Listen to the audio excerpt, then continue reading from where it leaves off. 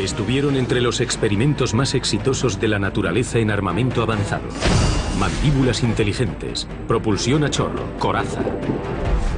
Sus bocas son lo bastante grandes para tragarse a un niño pequeño entero. Cada criatura era un pionero de la depredación. Las carnicerías eran habituales. No hay nada igual en el reino animal. Perfeccionaron las herramientas para cazar, matar, desmembrar y devorar a sus presas. Y después las transmitieron.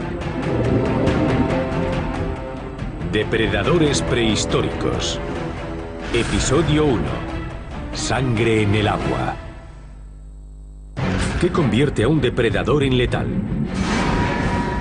El arma letal que usa para hacer su trabajo. Y cuando la naturaleza perfecciona un arma, la conserva, aún después de que desaparezca el asesino. Este proceso de reciclar las características denominado evolución convergente es tan viejo como la propia naturaleza.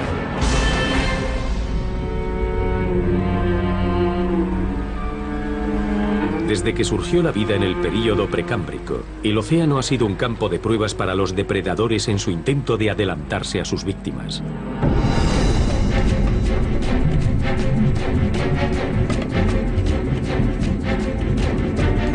A medida que pasa el tiempo, se van haciendo evidentes los diseños más innovadores para la destrucción. Una de las cosas que vemos a lo largo de la historia de la vida en nuestro planeta es esta especie de carrera armamentística continua entre depredadores y presas. Solo en la base del ecosistema había herbívoros. Y todos los demás se comían a todos los demás. Hace 370 millones de años, en los mares poco profundos del período devónico, un asesino marino destacaba por encima de todos: el Dancleosteus. Su ventaja depredadora, su arma letal, no tenía rival. Un nuevo tipo de mandíbula que daba uno de los mordiscos más potentes de todos los tiempos. ¿Pero qué impulsó esta innovación? Coraza. La mayoría de las presas devónicas la tenían, entre ellos un pez acorazado llamado placodermo. En cuanto aparecieron los depredadores, los animales generaron protección contra estos depredadores, una especie de coraza o algún tipo de concha dura.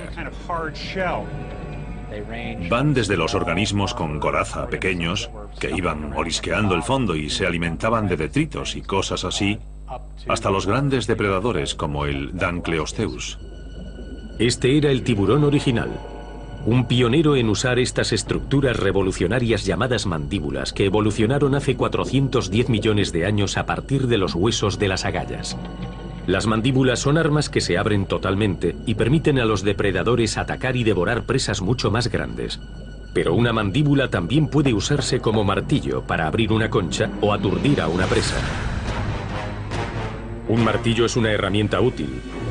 Pero los Dancleosteus tenían una ventaja sobre otros placodermos con mandíbulas, algo que los situó entre los depredadores más letales de todos los tiempos. El Dancleosteus representa una de las primeras ocasiones en las que vemos depredadores que han desarrollado un método para romper presas grandes en pedazos más pequeños. Y una vez que puedes hacer eso, puedes empezar a comer cualquier cosa de tu entorno. Y el Dancleosteus lo hizo. Uno de los placodermos más grandes creció hasta alcanzar aproximadamente unos 7 metros de longitud y pesar tanto como un elefante. Su mitad trasera era una masa de tejido muscular lustroso y su temible cráneo de 1,20 m estaba compuesto por placas óseas a modo de coraza. Pero la formidable ventaja del Dancleosteus, su mandíbula, estaba mejorada con unas placas especiales que tenía en la boca. El Dancleosteus tenía unas placas dentales muy grandes, una coraza dérmica, pero que estaban colocadas como cuchillas en las mandíbulas de Dancleosteus y que éste utilizaba para morder y aplastar a su presa. Las placas dentales del Dancleosteus parecen dientes primitivos, pero no lo son. Estaban pensadas para cortar y no para lo que hacen los dientes, que es masticar. En las gargantas de los peces sin mandíbula ya habían evolucionado verdaderos dientes. Impulsados por los músculos de la garganta, cortaban las presas para facilitar las digestiones. Pero las placas dentales del Dancleosteus funcionaban gracias a sus mandíbulas asesinas, que partían a su presa en pedazos, a diferencia de una mordedura que desgarraba, como la de depredadores como el tiranosaurio. La fuerza de la mordedura del Dancleosteus estaba en la acción de corte de sus placas de cuchilla, similar a la potencia de corte de unas tijeras gigantes. En cierto sentido, es casi como un experimento en cómo hacer una mandíbula. Armado con este nuevo experimento, el Dancleosteus se abrió camino a crujidos y cortes por los cuerpos de los peces acorazados más pequeños del período devónico.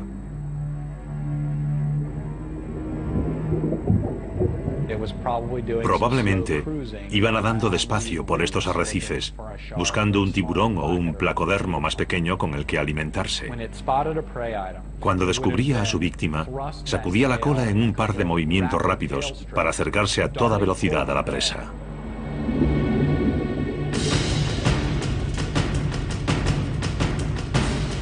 Una vez que el Dancleosteus estaba cerca de su presa, abría de par en par sus mandíbulas con una velocidad fulgurante.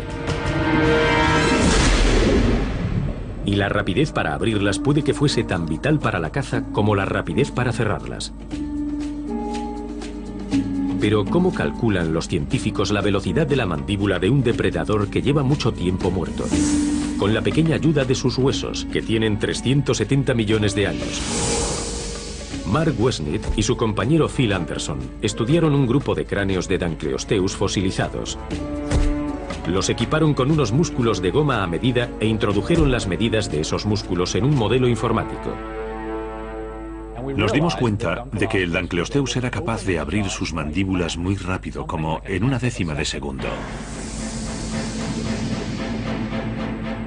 La velocidad de la mandíbula del Dancleosteus hacía posible que ocurriese algo inesperado. Succión, que atraía a sus presas hacia él.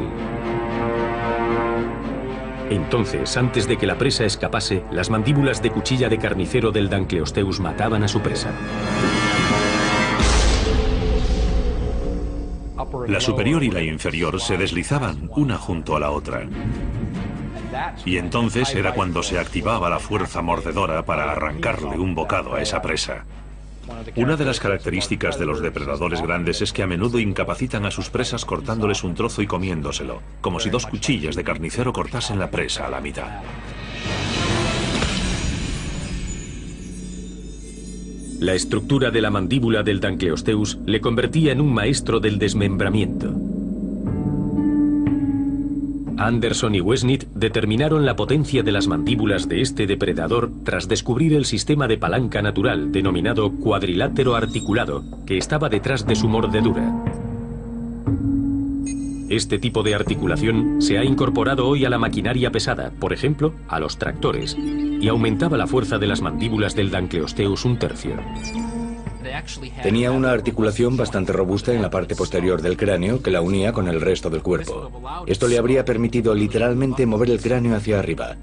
Y nuestra hipótesis es que si ese cráneo se movía hacia arriba, habría forzado a la mandíbula inferior a moverse hacia abajo al mismo tiempo. Según sus cálculos, las mandíbulas del Dancleosteus tenían una fuerza de mordedura de 5.000 newtons. Una fuerza de mordedura de 5.000 newtons sería como colocar una piedra de unos 500 kilos sobre una sierra de carnicero, sobre nuestro pie. En comparación, la fuerza de mordedura de un humano es de apenas un par de cientos de newtons. La fuerza de la mordedura del Dancleosteus era el triple de la de un gran tiburón blanco. La mandíbula del Dancleosteus producía la fuerza de mordedura más potente conocida de todos los peces vivos o extintos. Aunque les fue increíblemente bien durante millones de años, el Dancleosteus y todos los demás placodermos desaparecieron de la Tierra hace 360 millones de años. Pero la herramienta asesina pionera del Dancleosteus, una potente mandíbula serrada, ha sido reciclada y podemos encontrarla una y otra vez en diversos depredadores a lo largo del tiempo. Hay montones de aves cuyos picos básicamente tienen los bordes afilados como una cuchilla. Hay ciertas tortugas que tienen el mismo tipo de estructura de pico. Estos aspectos del diseño de las herramientas dentales parecen evolucionar una y otra vez, porque son muy efectivos para cortar la carne. El Megalograptus, el despiadado asesino de 1,80 m que rondaba por los océanos ordovicienses hace más de 460 millones de años, es el mayor artrópodo que haya existido jamás. el monstruoso antepasado de los escorpiones y arañas actuales. Pero el tamaño solo era uno de sus rasgos letales.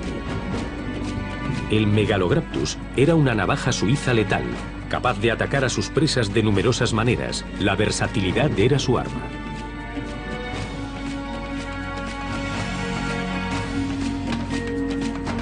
El monstruoso Megalograptus tenía 6 pares de apéndices especializados, patas para caminar, aletas para nadar, una cola articulada para propulsarse, que además acababa en punta para pelear y atrapar a sus presas. Los apéndices delanteros estaban cubiertos de púas. Por último, los quelíceros desmembraban a sus presas en trozos lo bastante pequeños para introducírselos en la boca. Hace 450 millones de años, el planeta Tierra del período ordoviciense, cubierto por los océanos, era un mundo extraño. No había mamíferos, ni reptiles, ni aves, ni anfibios. Es fundamentalmente un mundo de invertebrados. Este océano primitivo, lleno de trilobites y moluscos, estaba aterrorizado por depredadores versátiles y muy bien armados, como el Megalograptus. Y como cualquier arsenal bélico en combate, el Megalograptus tenía todas sus armas preparadas para el despliegue. El ataque comenzaba en cuanto veía a sus presas. Este animal tenía ojos compuestos, iguales a los ojos de una mosca o de otros artrópodos, compuestos por muchas lentes pequeñitas. Eran curvos y probablemente le proporcionaban una visión estereoscópica dimensional. Aunque podía caminar sobre el fondo marino, también tenía capacidad para hacer ondular su cola y nadar hacia su víctima.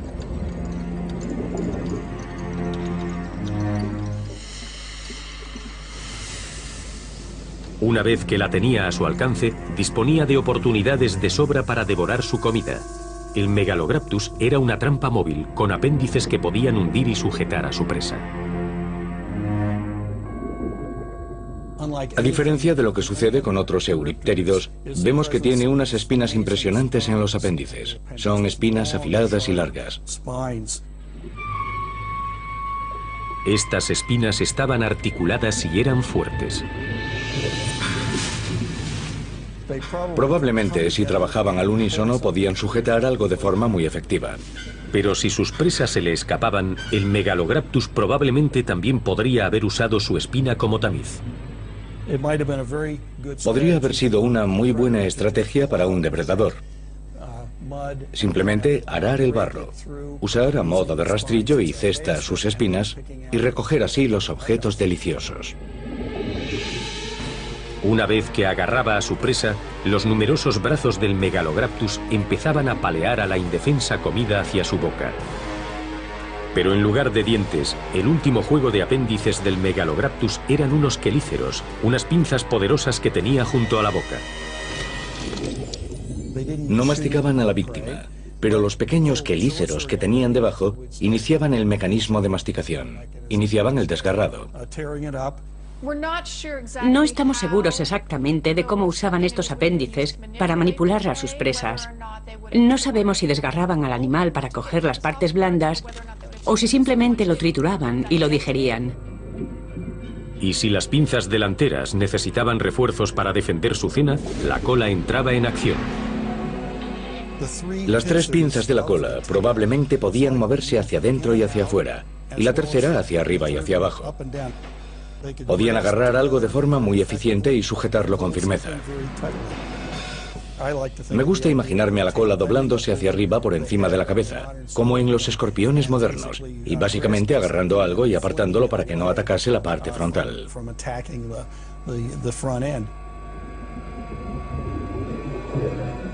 El Megalograptus desapareció hace 450 millones de años. Pero su diseño corporal de depredador, increíblemente exitoso, su letal navaja suiza de armamento sobrevive hoy en día. Reciclada y redesplegada. Se cree que los escorpiones que viven en tierra evolucionaron a partir de euriptéridos marinos.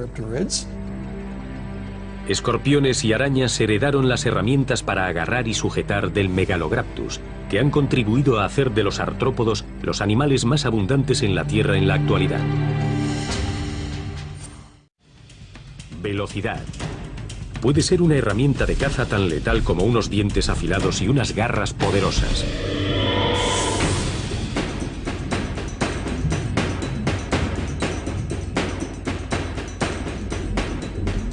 Hace 450 millones de años, este cazador gigantesco de 9 metros, el Cameroceras, dominaba el océano ordoviciense.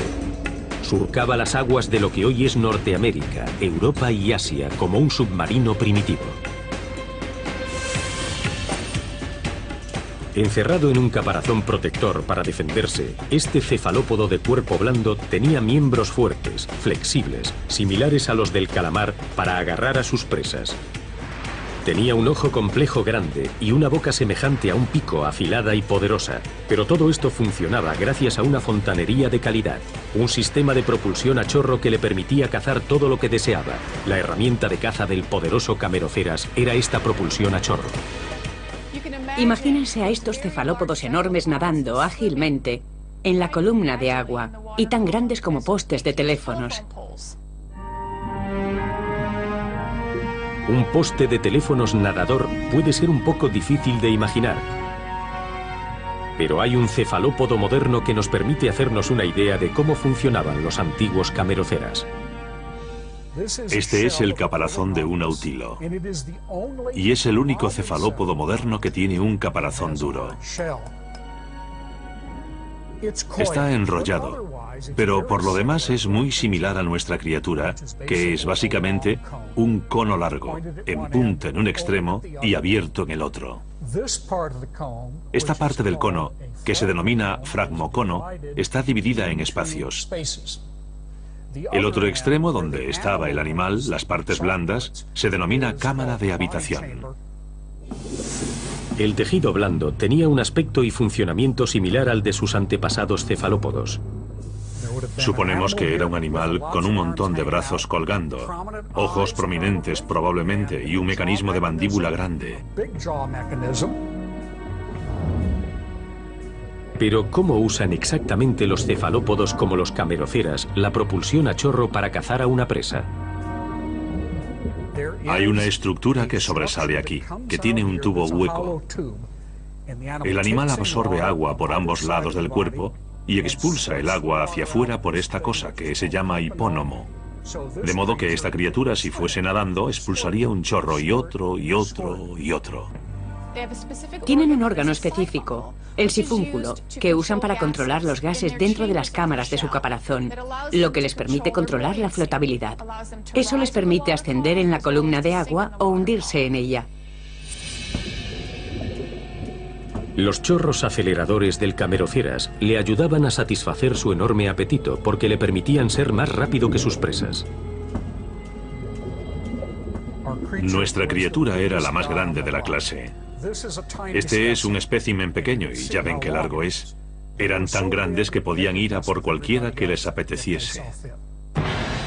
Para llenar ese cuerpo tan grande, una de sus presas favoritas era otro superdepredador, el Megalograptus.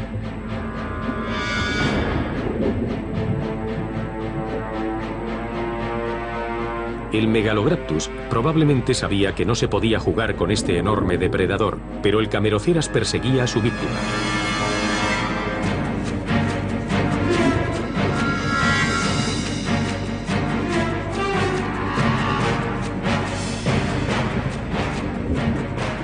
Cuando tenía a su presa cerca, el Cameroceras desplegaba sus numerosos tentáculos.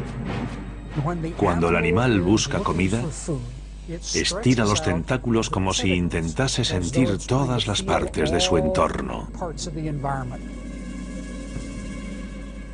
Al final, uno o más de los tentáculos tocará a su presa. Y en ese momento, rápidamente, se impulsará hacia adelante y abrazará a su presa. El Megalograptus no se rendía fácilmente.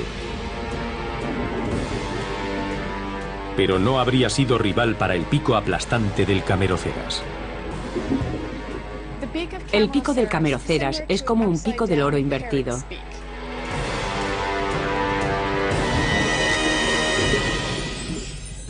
Un cameroceras muy grande habría sido increíblemente fuerte y probablemente no habría tenido problemas para aplastar los exoesqueletos duros de algunos de estos artrópodos. Aunque potente y rápido, el cameroceras se extinguió hace aproximadamente 450 millones de años. Pero algún cefalópodo tuvo que sobrevivir porque los calamares y pulpos actuales descienden de un antepasado común de hace 500 millones de años. Y no es de extrañar que estos depredadores modernos dispongan de la misma propulsión a chorro que convertía al cameroceras en el terror.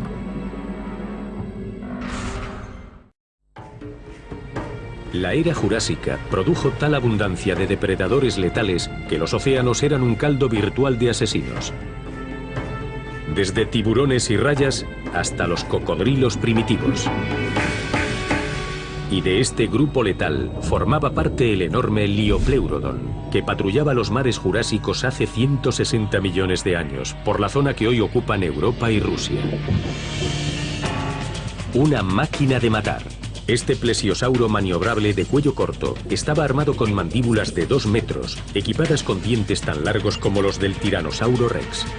Pero era la sorprendente movilidad del Liopleurodon que le proporcionaban sus 4 aletas musculosas lo que le convertía en un asesino letal. Tenía 2 velocidades: navegación y velocidad de ataque turbo. Ambas le ayudaban a surcar el agua y caer sobre su presa. Y con 10 metros y 3 toneladas no aceptaba un no por respuesta. Era el más grande y malo de todos los grandes depredadores de los mares jurásicos. No hay nada por lo que un Liopleurodon adulto tenga por qué preocuparse. O sea que el Liopleurodon dominaba los mares jurásicos de su época. Lo verdaderamente único del Liopleurodon es que vuela con 4 alas bajo el agua. No hay ningún otro depredador conocido que haya hecho eso. Pero ¿cómo volaba el Liopleurodon usando sus 4 aletas? El problema de trabajar con fósiles es que los animales están muertos, solo son fantasmas, sin todo lo demás que les rodea.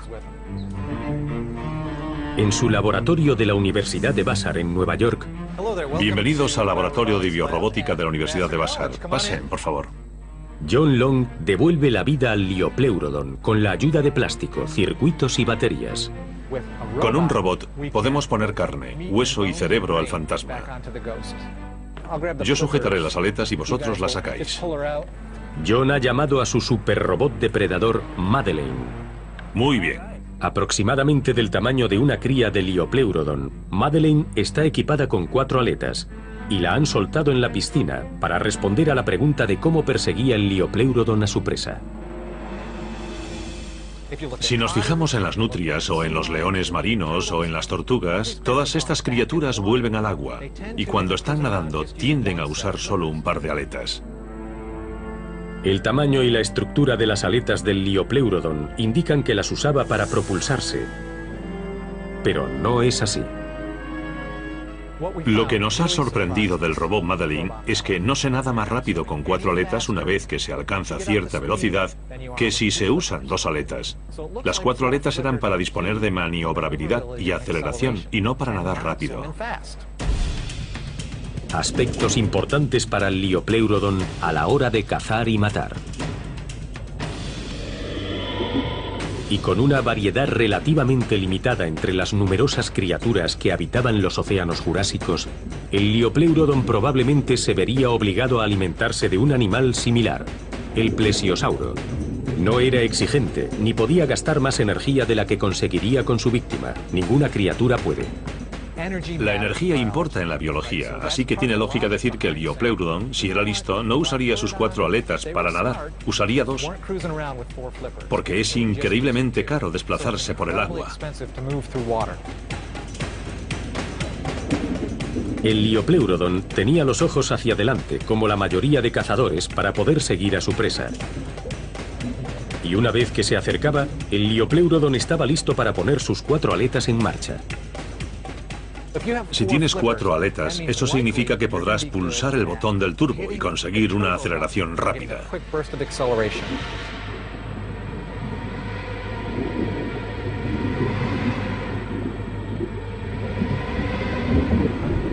El Liopleurodon usaba todas sus aletas para impulsarse, navegar, girar y virar, lo que le daba una sorprendente movilidad.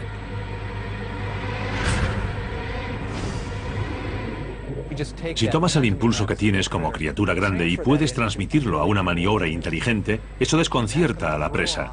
No se imagina que algo grande y de movimientos aparentemente lentos pueda maniobrar tanto en el último minuto. Durante la lucha, el Liopleurodon contaba con otra ventaja brutal, unas enormes mandíbulas llenas de dientes. Los dientes son muy grandes, miden entre 8 y 10 centímetros. La raíz de los dientes es mucho más larga, casi el triple de la longitud de la corona. De modo que los dientes no solo son grandes, sino que tienen raíces gigantes que los sujetan al cráneo firmemente. No tiene que morder varias veces a su presa, la sujeta y le va clavando los dientes en el cuerpo. Una vez que ha matado algo, el Liopleurodon tiene que romper el cadáver, y probablemente lo hacía como lo hacen actualmente los cocodrilos, girando, y arrancando trozos grandes y tragándoselos enteros.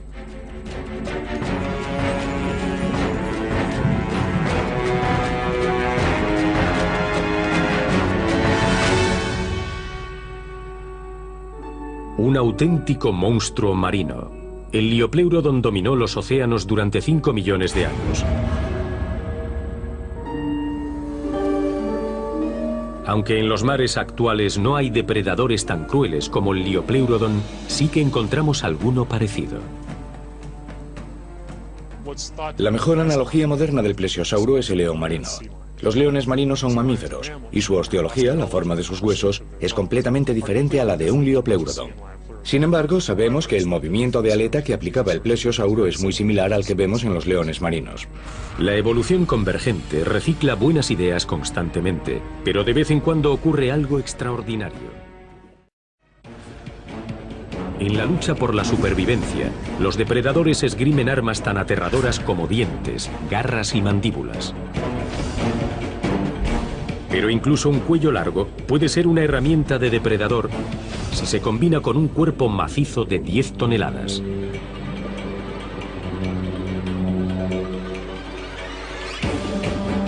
El elasmosauro medía casi 14 metros desde la cabeza hasta la cola y era letal, a pesar de su pequeña cabeza y mandíbulas, porque usaba su cuello para atacar de improviso. Este cuello era el más largo de todas las criaturas marinas que hayan existido jamás. Medía el doble del de la jirafa y tenía 10 veces más vértebras. Era solo uno de los muchos elasmosauros de cuello largo que dominaron el océano durante 35 millones de años.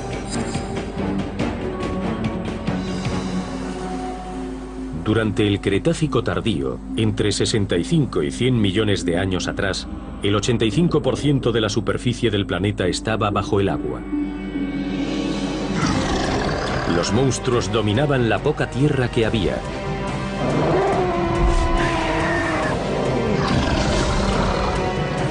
Pero la mayoría de la acción se desarrollaba en toda aquella agua.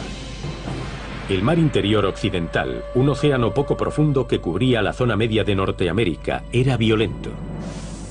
El mar interior occidental era el mar más peligroso que haya existido jamás. Allí las carnicerías eran habituales. En medio de estas carnicerías, una criatura destacaba por su estilo de matar. Este es el Elasmosaurus platyurus. Es el primer elasmosauro que se descubrió. Se desenterró en Kansas entre 1867 y 1868. Es también uno de los mayores elasmosauros que se conocen. Eran una de las criaturas más largas y probablemente de las más pesadas que nadaban por los océanos del Cretácico. No hay nada igual en el reino animal. Incluso si hablamos de los dinosaurios de cuello largo que habitaban la Tierra en la misma época, solo tenían una docena de vértebras o así en el cuello. Y comparados con este animal de 72 vértebras, pues no hay comparación con lo que la madre naturaleza hizo aquí. ¿Pero en qué estaba pensando la madre naturaleza? Durante los más de 125 millones de años que el plesiosauro nadó por los mares de la Tierra, nuevas generaciones siguieron añadiendo vértebras a sus cuellos, que no paraban de crecer. Y al final llegaron a alcanzar un impensable total de 72 en el elasmosauro. Más de la mitad de su cuerpo era puro cuello, con una cabeza muy pequeña, y eso habla mucho de su estrategia de alimentación. Una estrategia que era la culminación de millones de años de evolución. Los plesiosauros oceánicos evolucionaron a partir de reptiles que vivían en la orilla aproximadamente hace unos 235 millones de años. La mayor parte del mundo está cubierta por el océano, y eso representa una enorme oportunidad. Por consiguiente, hemos visto repetidas reinvasiones de los entornos acuáticos y marinos por parte de animales que originalmente estaban en tierra. A lo largo de millones de años, la evolución los fue reformando para que triunfasen en un entorno marino. En muchos casos, lo que hemos visto es que los miembros se fueron expandiendo y acabaron convirtiéndose en aletas, de modo que los miembros se convirtieron en el principal órgano propulsor. El elasmosauro era un nadador lento que se impulsaba con 4 enormes aletas, adaptaciones de sus 4 patas. Pero cuando rondaba aguas costeras, el elasmosauro buscaba presas pequeñas. El cráneo es relativamente pequeño. Las mandíbulas son relativamente estrechas, y eso limita el tamaño máximo del pez, entre 8 y 10 centímetros de diámetro y unos 40 de largo. De modo que algo tan grande como el elasmosauro, que pesaba varias toneladas, tendría que comer casi continuamente para alimentar su enorme cuerpo. Los elasmosauros tenían la cabeza pequeña y solo cazaban peces pequeños. Pero estos peces habían desarrollado una defensa contra los depredadores: formar bancos. Si un par de ojos son buenos para detectar a un depredador, entonces centenares de ojos en un banco deben ser incluso mejor. La idea de ser uno de muchos es un sistema de defensa contra los depredadores muy efectivo. Y lo que vemos entonces es que muchos depredadores evolucionaron para enfrentarse a esos bancos de peces. Este era el reto del elasmosauro. Pero ¿cómo podía algo tan grande sorprender a un banco de peces alerta? Los ojos de los peces básicamente miran hacia arriba y hacia adelante, porque también se alimentan de cosas que están en la superficie. Debido a ese rasgo particular, tienen un punto ciego por debajo. Y desde ahí era exactamente desde donde acechaba el elasmosauro. Podía sumergirse en las profundidades más oscuras y mirar hacia arriba, a su presa. Y si había un banco de peces por encima, detectaba fácilmente la silueta. La piel del elasmosauro probablemente era oscura en su parte superior. Se camuflaba para confundirse con el fondo. Pero su arma letal, su cuello, le permitía estar en 2 lugares a la vez.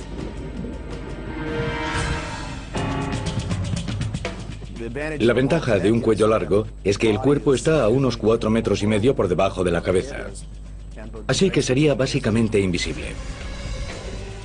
El último metro, 1,20 metros de cuello le permitiría mover la cabeza hacia adelante y hacia atrás para atrapar los peces cuando se acercaban lo suficiente.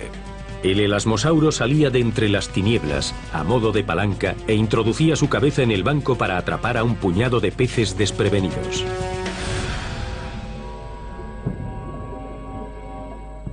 Tenía los dientes entrelazados, era una especie de cesta, así que cogía un pez y se lo tragaba inmediatamente. No masticaba, no cortaba la carne ni desmembraba las cosas. Los peces enteros bajaban por su largo cuello hacia una especie de molleja, una bolsa que contenía piedras que el reptil había tragado antes. Eso les permitía triturar la comida relativamente rápido, y probablemente les ayudaba a digerirla bastante rápidamente y a alimentar su enorme cuerpo para seguir nadando por los océanos. Durante millones de años, los largos cuellos de los plesiosauros los convirtieron en depredadores prácticamente invisibles e invencibles. Solo el fenómeno de extinción global, ocurrido hace 65 millones de años, provocado probablemente por el impacto de un asteroide enorme, acabó finalmente con sus sigilosas maneras. El elasmosauro es la excepción que confirma la regla de la evolución convergente, de la naturaleza reciclando armas eficaces.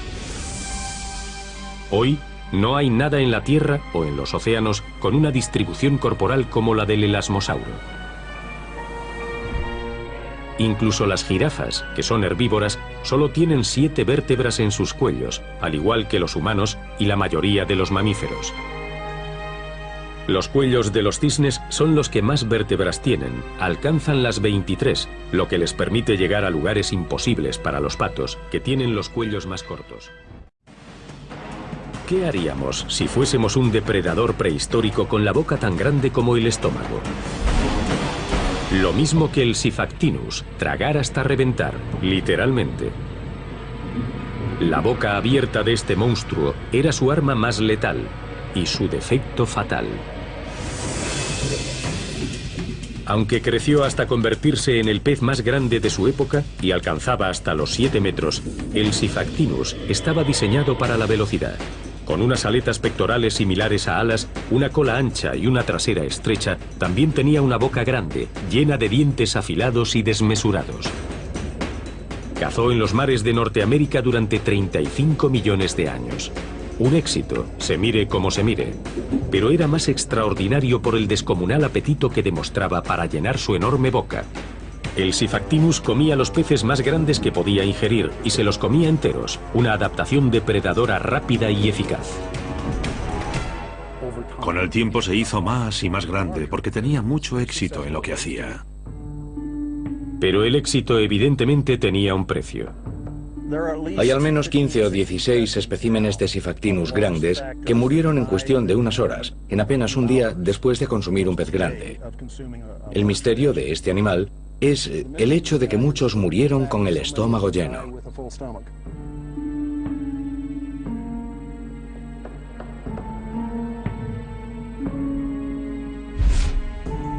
Hoy, los fósiles de Sifactinus están especialmente bien conservados en los antiguos fondos marinos del Cretácico del occidente de Kansas. Son los depredadores que se encuentran con más frecuencia en la creta de Kansas. Esta es la creta de Smoky Hill. Es el fondo del mar que se depositó hace 85 millones de años en una época en la que la mayoría del medio de Norteamérica estaba cubierta por un océano antiguo. Contiene los huesos, los fósiles de algunos de los depredadores más peligrosos de la época. Era un lugar duro para vivir.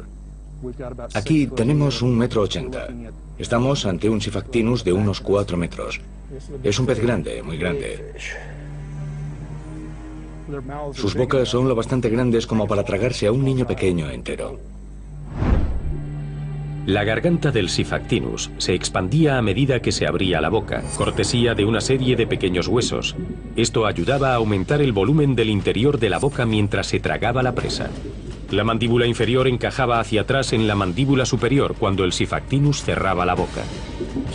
Cabe la posibilidad de que se centrase en un animal de determinado tamaño que le ofreciese la máxima nutrición con el mínimo riesgo. Y ese tamaño, para un pez de 4 metros, 4,5, era un animal de 1,20 m, 1,80 m. Se comía un pez, terminaba y listo. Se desconoce cuánto tardaba el Sifactinus en digerir un pez intacto, pero esta estrategia era extremadamente eficiente. Reduce el número de comidas y la energía que se gasta cazando. Se comían a sus presas de una en una, y después entraban en un periodo de muy poca actividad hasta que necesitaban volver a comer. Era una estrategia de supervivencia muy exitosa. Pero ¿por qué han aparecido fósiles con una comida tamaño XXL en su interior? ¿Acaso tenían los ojos demasiado grandes para sus estómagos? El ataque visual era una parte importante del Sifactinus porque tenían los ojos muy grandes para el tamaño del animal. Además era muy rápido y si estaba a una distancia considerable de su presa podría llegar a colocarse delante de ella. Seguramente podría caer sobre su presa, un Gylicus de 1,50 m con una eficiencia brutal. Atacaría desde abajo con la boca apuntando hacia arriba. Era capaz de abrirla en el último minuto. Demasiado tarde para que el Gylicus se diese cuenta de lo que estaba pasando. El Gylicus era absorbido literalmente por la boca del Sifactinus, y en ese momento quedaba atrapado entre sus dientes. Los dientes son enormes, en relación con el tamaño de la mandíbula y en relación con el tamaño del animal. Después de absorber el pez, esos largos dientes lo sujetaban, lo agarraban, lo perforaban y en algunos casos lo mataban, de modo que no podía luchar demasiado. Pero ¿por qué este ataque brutal a veces resultaba fatal también para el Sifactinus? A veces, la presa era un poquito grande o demasiado activa y podía causar daños que mataban al Sifactinus. O puede que el Sifactinus no estuviese completamente armado en el momento en que se tragaba a su presa. Tal vez sus dientes estaban en plena etapa de muda y no eran capaces de aturdir a la presa como normalmente lo hacían. Así que cuando ese pez grande iba bajando por la garganta, conseguía causar daños anatómicos graves a los órganos internos del Sifactinus. Fuese cual fuese la causa de la muerte, el Sifactinus era un cazador voraz. La capacidad de consumir peces grandes enteros era el rasgo letal que convirtió a este asesino en un depredador de primera. Pero a pesar de su éxito, el Sifactinus se extinguió junto a la mayoría de los depredadores grandes a finales del período Cretácico, pero su diseño sigue vivo. Hoy, un pez acertadamente llamado engullidor negro dispone de la misma herramienta asesina que le permite alimentarse de peces que le superan en tamaño. Y al igual que el Sifactinus, este ejemplo de depredación extrema también tiene sus contras. La muerte ocasional del engullidor.